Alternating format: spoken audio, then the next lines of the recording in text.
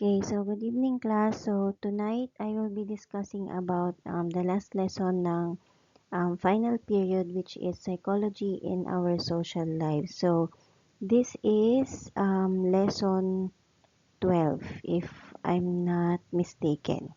Okay, so di ba last time na-discuss ko what is psychology. So psychology, it helps us understand, saan na yun? Lang Yan. It helps us understand kung paano tayo mag-isip, paano tayo makaramdam, and how we behave around other people. So, since we interact with others every day, yung family natin, yung friends, yung mga kaklase natin, and me, yung mga co-workers ko, yung mga co-faculty ko, psychology is, it plays a huge role sa ating social lives. Okay. Wait lang. Ayan. So, meron tayong tinatawag na social cognition. So, based doon sa inyong study mats, social cognition means the area of social psychology concerned with how people select, interpret, remember, and use information to make judgments and decisions.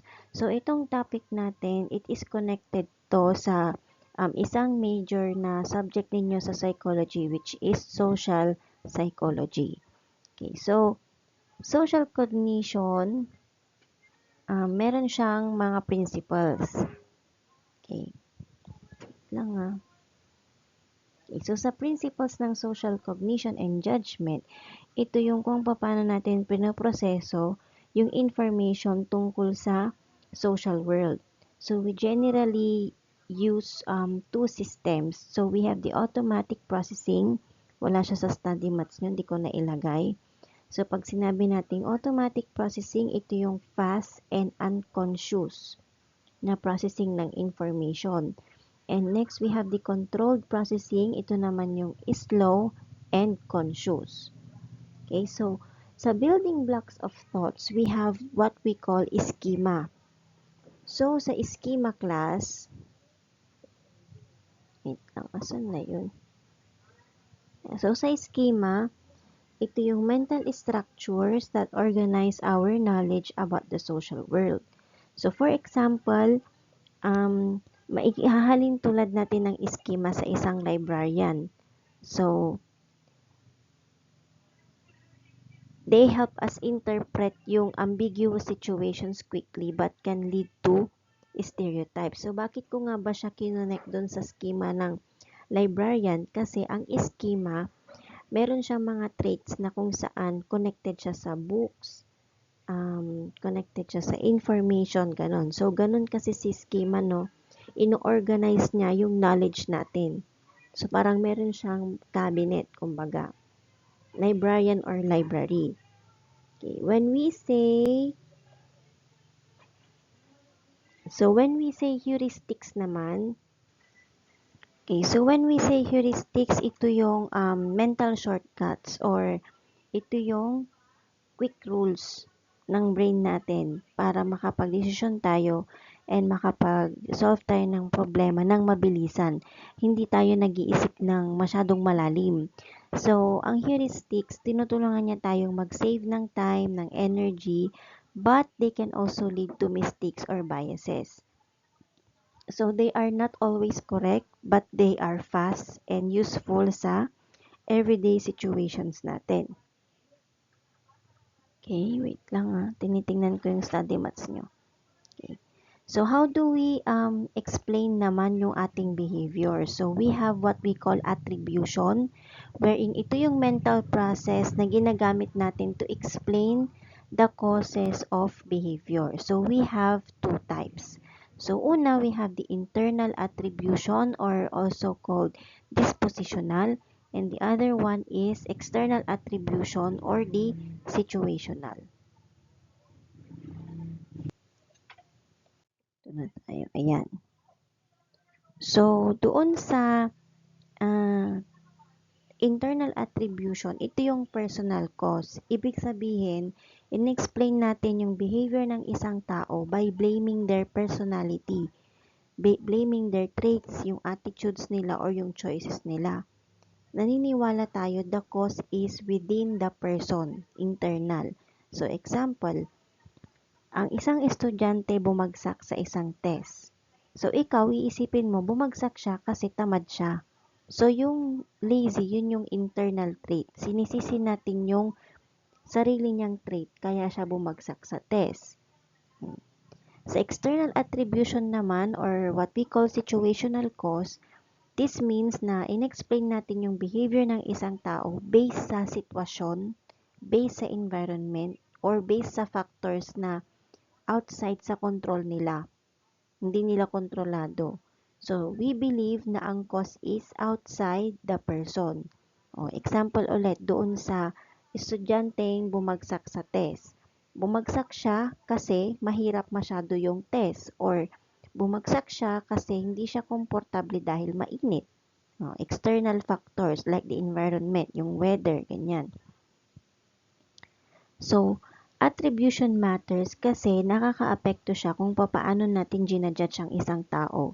So, if we make the wrong attribution, we may misunderstand someone. So, example, ina-assume natin na tamad ang isang tao, which is yun yung internal trait.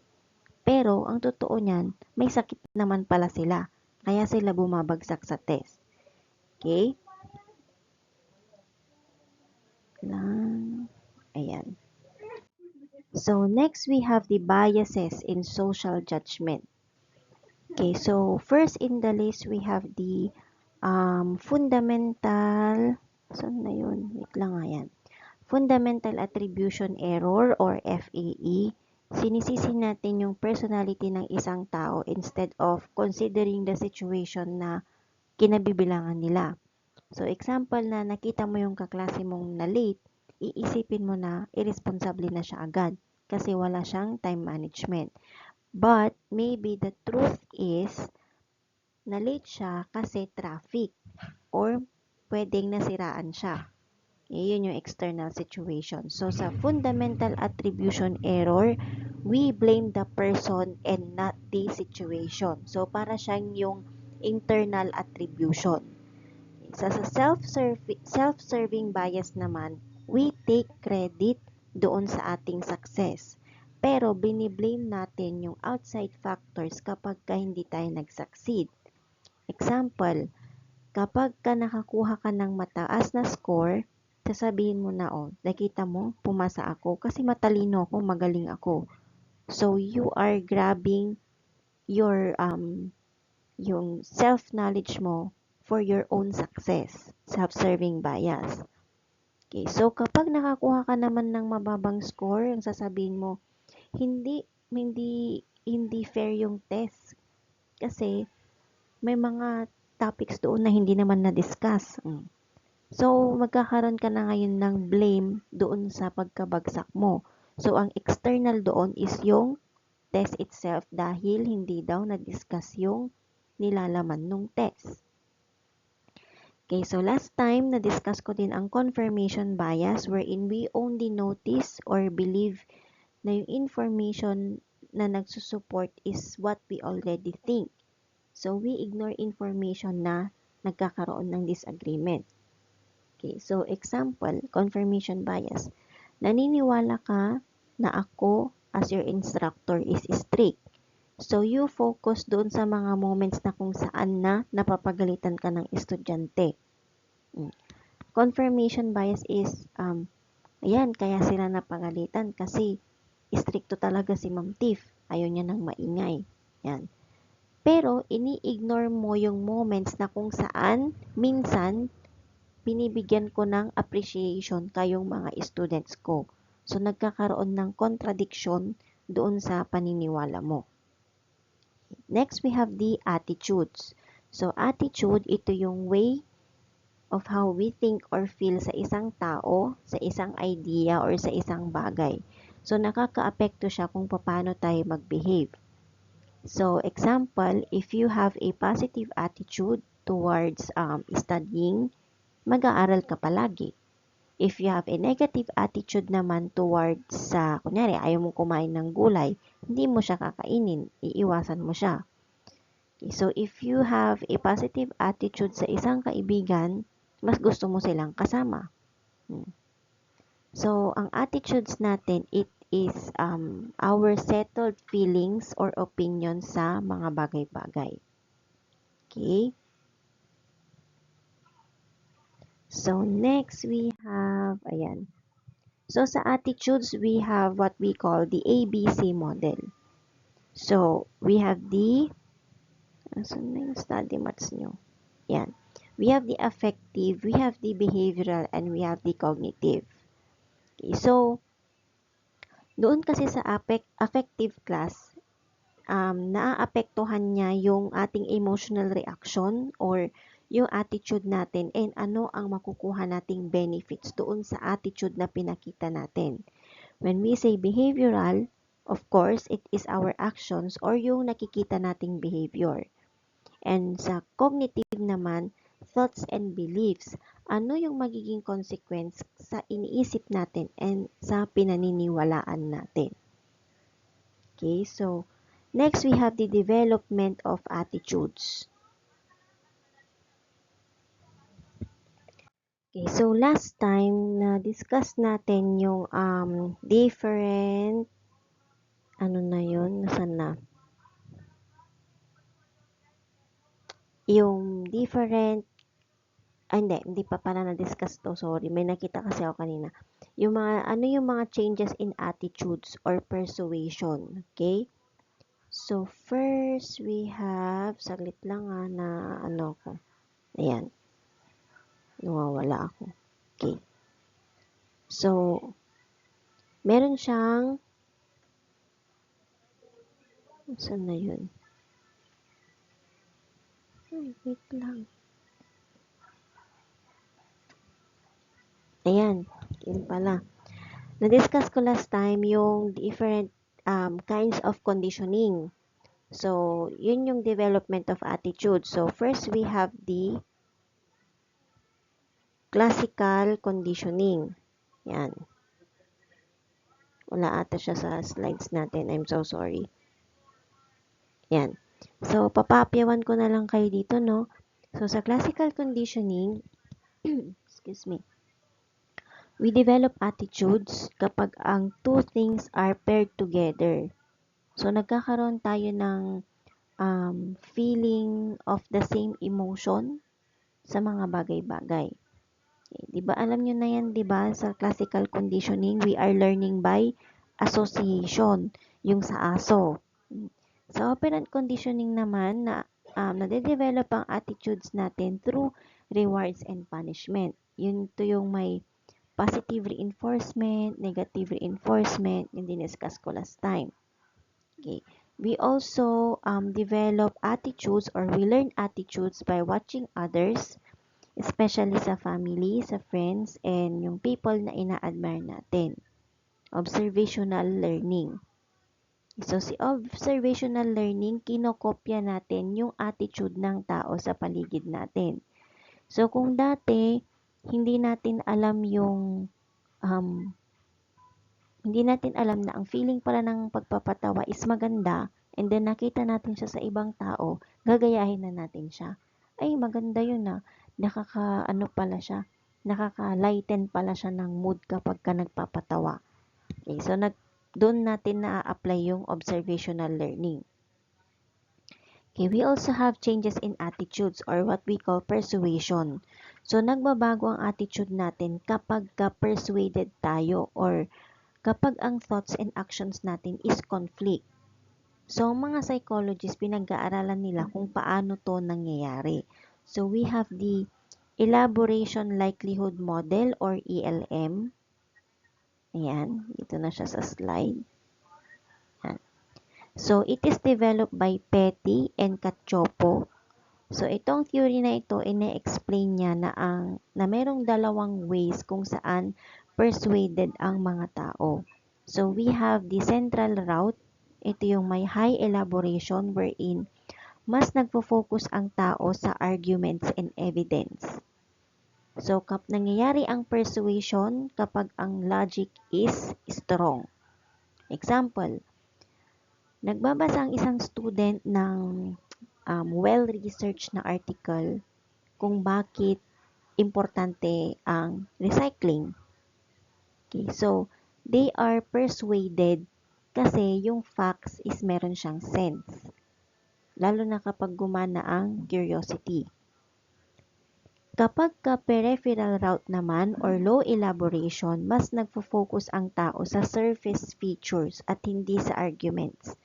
Example, persuaded siya because of paano manamit ang isang tao or appearance sa emotions and or celebrities. Okay. Example, nagpo-promote ang isang artista ng isang skincare product. So, mabubudol ka, babilhin mo yun kasi gusto mo yung celebrity, not because doon sa skincare product. Uy, ginagamit to ni Marian Rivera. So, dahil gusto ko si Marian Rivera, gagamitin ko din siya. Okay? Peripheral route yon. We also have what we call cognitive dissonance. So, it is proposed by Leon Festinger. Okay, so na-discuss to sa understanding the self-subject nyo. So, cognitive dissonance, ito yung uncomfortable feeling ninyo na wherein yung thoughts and actions mo don't match. Okay? So, naniniwala ka, example naniniwala ka na alam mo sa sarili mong masama ang manigarilyo, pero naninigarilyo ka pa din. So, doon is you feel uneasy, yun yung dissonance. You feel uneasy dahil alam mong masama ang paninigarilyo.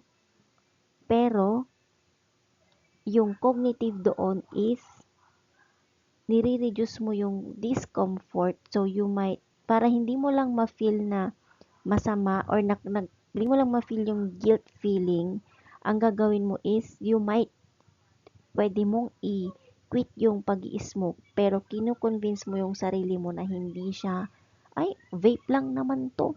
Hindi to ganun nakaka-harm sa lungs ko. Parang ganun siya.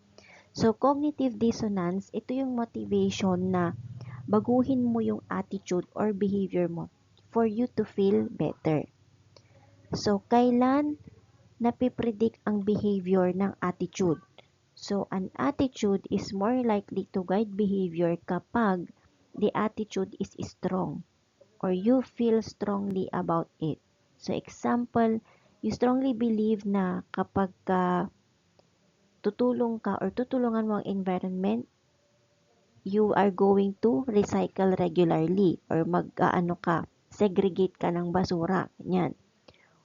Next is, nagkakaroon tayo ng guide sa behavior kapag ang attitude is specific. Yung attitude mo matches the situation. For example, gusto mo ng healthy food. So, ang gagawin mo, pipili ka ng salad instead of Jollibee. No? So, another guide sa ating behavior is yung social pressure is low, wherein no one is forcing you to act differently. Example, magdodonate ka sa charity ng pasikreto na at hindi mo gustong i-expose. Hindi din alam ng friends mo or hindi rin nagdodonate ang friends mo. Sarili mo lang yun, pagkukusa mo siya. Okay, so walang pressure. Hindi ka pinilit na mag-donate. In short, ang ELM or Elaboration Likelihood Model, ito yung attitude na nagbabago through our logic or influence. Kapag cognitive dissonance naman, ito yung nararamdaman nating discomfort kapag yung behavior natin hindi siya nagmamatch sa attitude natin. Okay?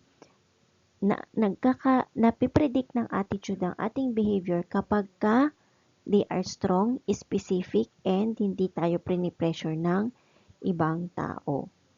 Okay? So, next we have altruism. So, altruism, this is helping others. Okay, so when we say altruism, again, it is gusto nating tumulong sa isang tao or sa maraming tao kahit na wala tong kapalit. Wala siyang kapalit na oras, effort, walang kapalit na pera or anything. So, ano nga ba yung mga factors na pwede makaapekto sa ating attitude na altruism? So, we have genetic factors and the environmental factors. So again, pag genetic factors, it is nature. So sa genetic factors, yung helpful behavior natin is biologically influenced ng first is kin selection. So kin is kamag-anak. We are more likely to help family members kasi it helps our genes survive. Example, kapag ang isang nanay is in danger, gusto, kapag ang isang nanay is into danger to save her child, parang gagawin niya ang lahat kahit na alam niyang risky yun para sa sarili niya, alam niyang hindi siya magiging safe, alam niyang magkakaroon ng harm yun sa kanya para lang maligtas niya yung anak niya. Okay, sa reciprocity norm naman, okay, sa reciprocity norm naman, so from the word itself, reciprocal, baliktaran, tinutulungan natin yung isang tao kasi nag-expect tayo na meron siyang kapalit. So, ito yung term na, if you scratch my back, I'll scratch yours. Ganon, meron kang nakukuhang benefit in return.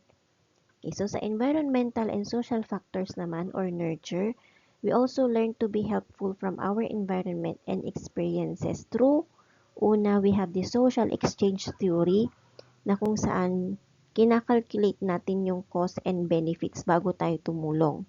For example, tutulong ka na gumawa ng research.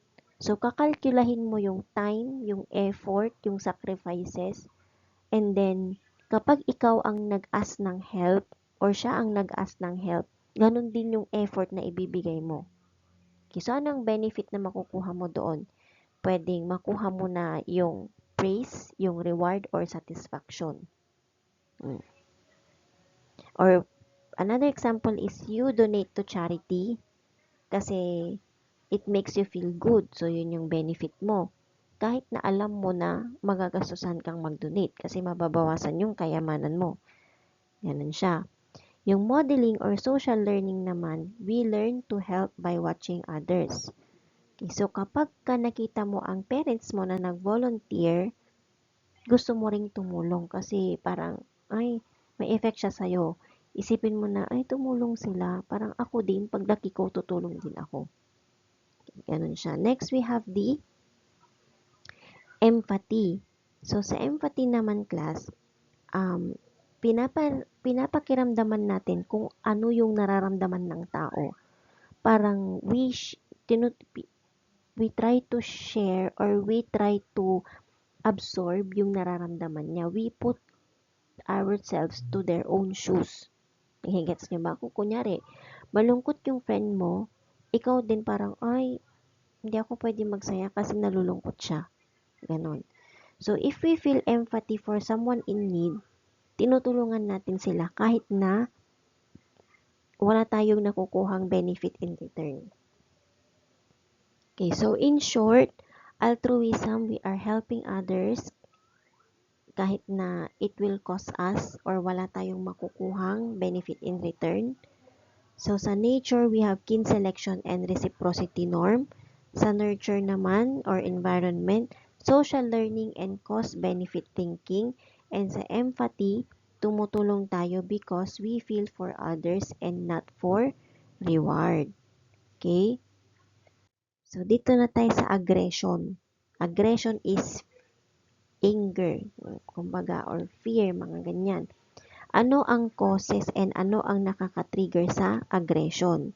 Pag sinabi kasi nating aggression, class, ito yung behavior na na gusto nating manakit or gusto nating masaktan yung isang tao. It can be physical or it can be verbal. Okay. So, example niyan is kapag natapon yung milk tea mo or frap or Starbucks, sisigawan mo yung taong nakabuhos nun. Aggression. So, ang biological causes ng aggression, class, comes from our brain, specifically sa amygdala.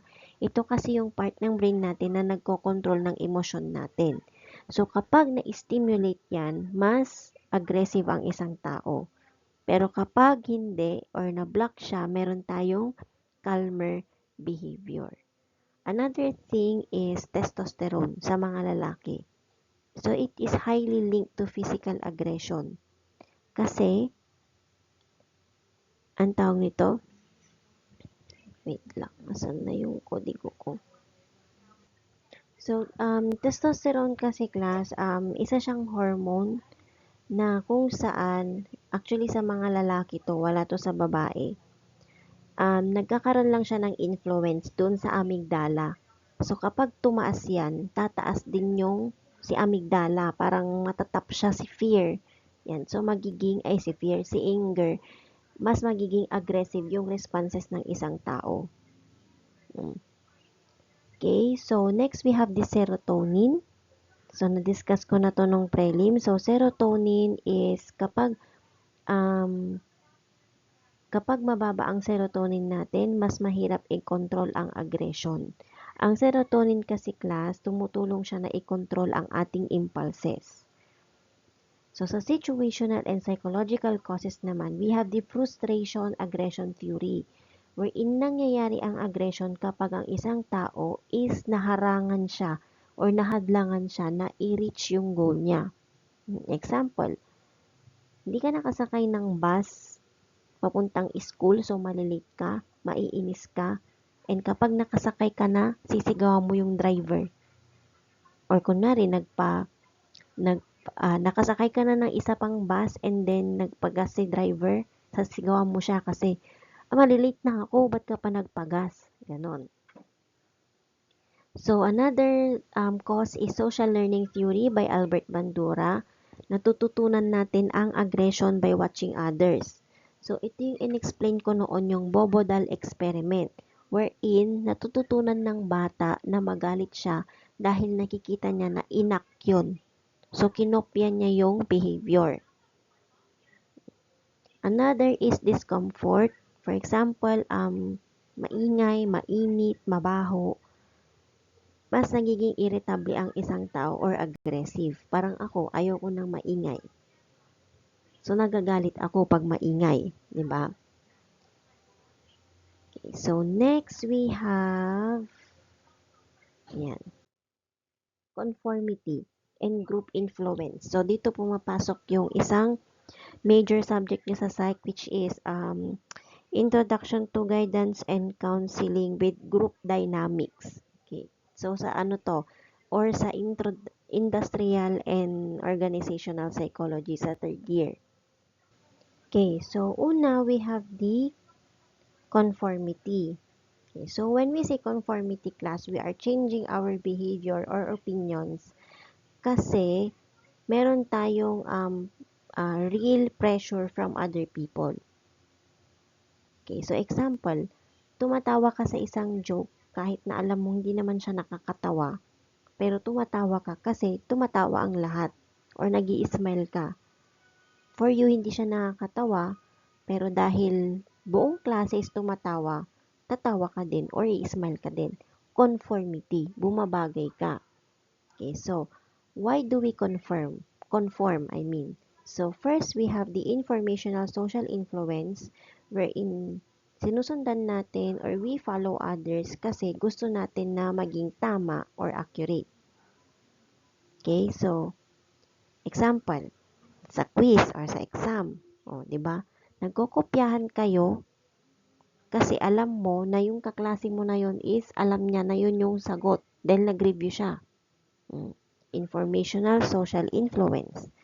Yung normative social influence naman, we follow others para mag-fit in tayo, magustuhan tayo, and ayaw natin ng rejection. For example, hindi mo naman fashion ang magsuot ng emo, pero dahil trend siya, magsusuot ka. Or dahil sinusuot siya ng friends mo.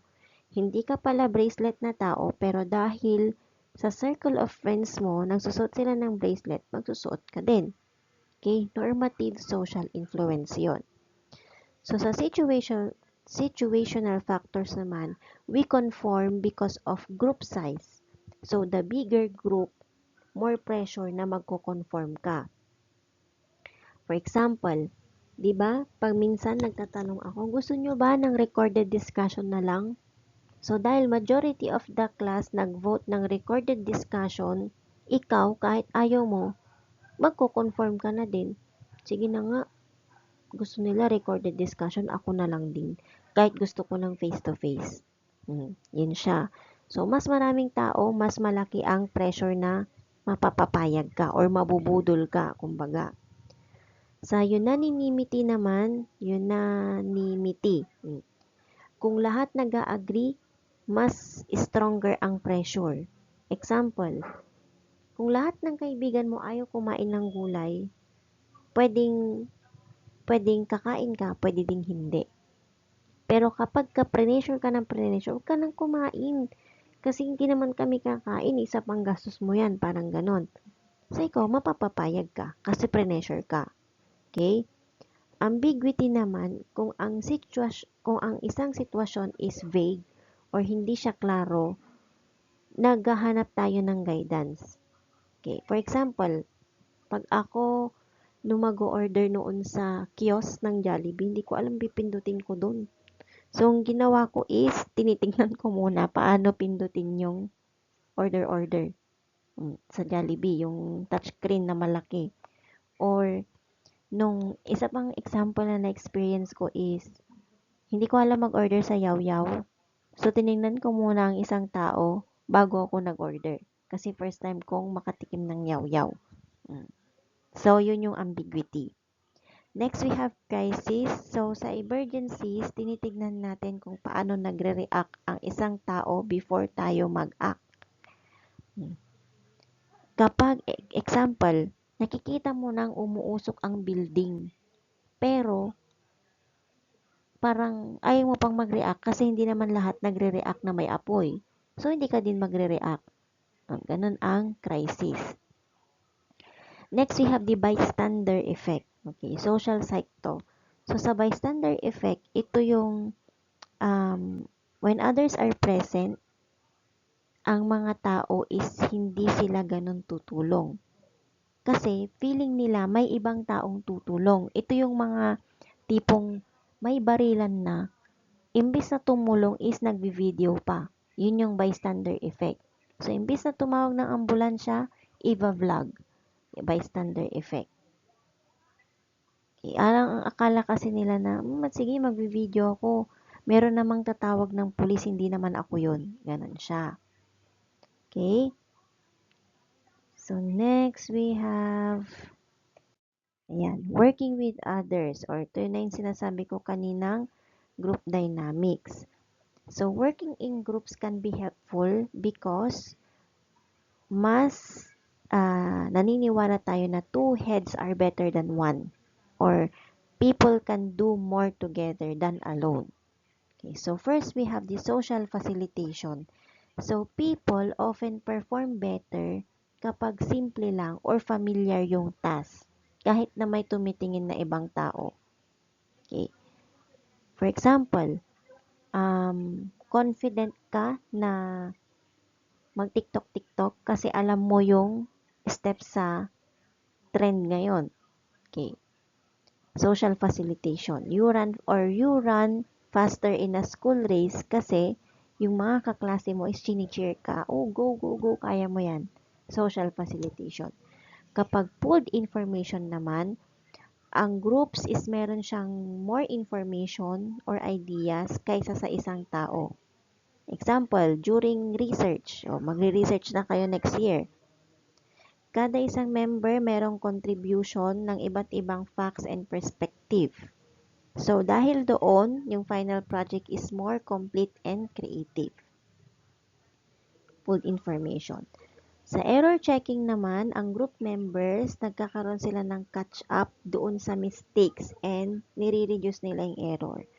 So, instead na, for example, you are trying to figure out ano ang sagot sa statistical analysis ng research ninyo, and then na-notice ng isa pang tao yung isang grupo is i-correct nila yon bago i-submit. Uy, mali yung nilagay mo dito sa ano, excuse me, sa resulta ng correlational. Ulitin mo to, baka makita to ni, ni Ma'am Tiff, ni Sir Raymond, ganyan-ganyan. Okay, error checking. So, dito na tayo sa disadvantages ng groups. Okay. So, nagkakaroon ng disadvantage sa grupo kapag una is merong nangyayaring social loafing. So, this is very common sa research. Social loafing is yung pabigat sa grupo, hindi tumutulong. So, ang isang tao, they put less effort kaysa mag-work as a group. Parang siya lang tagaluto ng pansit canton. Ganun siya. Next, we have the individuation wherein nawawalan ng self-awareness ang isang tao and they behave in ways na hindi naman nila usually ginagawa or hindi yun normal sa kanila, especially kapag hindi sila na-identify. For example, during parada, magtatapon ng basura sa kalye kasi hindi naman siya kilala or hindi naman ako nakita. Tapon ko to, kahit naitapon ko yan, hindi naman ako kilala. The individuation. Or itapon ko to kasi hindi naman ako nakikita or wala namang nakakakita sa akin. Yun yung the individuation. Groupthink naman, wherein the group prioritizes yung agreement over making the right decision. Kung anong napagkasunduan nyo, yun yung ipa-prioritize nyo kaysa sa pag-isipan yung mabuti yung tamang desisyon. So, you are ignoring facts or yung iba't iba pang ideas. Groupthink. Group polarization naman, okay? So, groupthink and group polarization is nasa industrial organizational psychology. Group polarization, ang grupo, they make decisions na mas extreme kaysa sa decision ng individual members. Okay? So, example is, iisipin ng ibang grupo na mas magandang magpuyat tayo. Pero after discussion and then napuyat yung isang grupo, tawag nito, mas marirealize nila na sana pala hindi na lang tayo nagpuyat kasi bangag tayo, hindi tayo makasagot sa research. Okay, ganun siya. Mas pinaprioritize ninyo na magpuyat tayo kasi mas maganda to. O, yun yung agreement nyo. Kaysa sa making the right decision na matulog ng maaga. Okay? Dito na tayo sa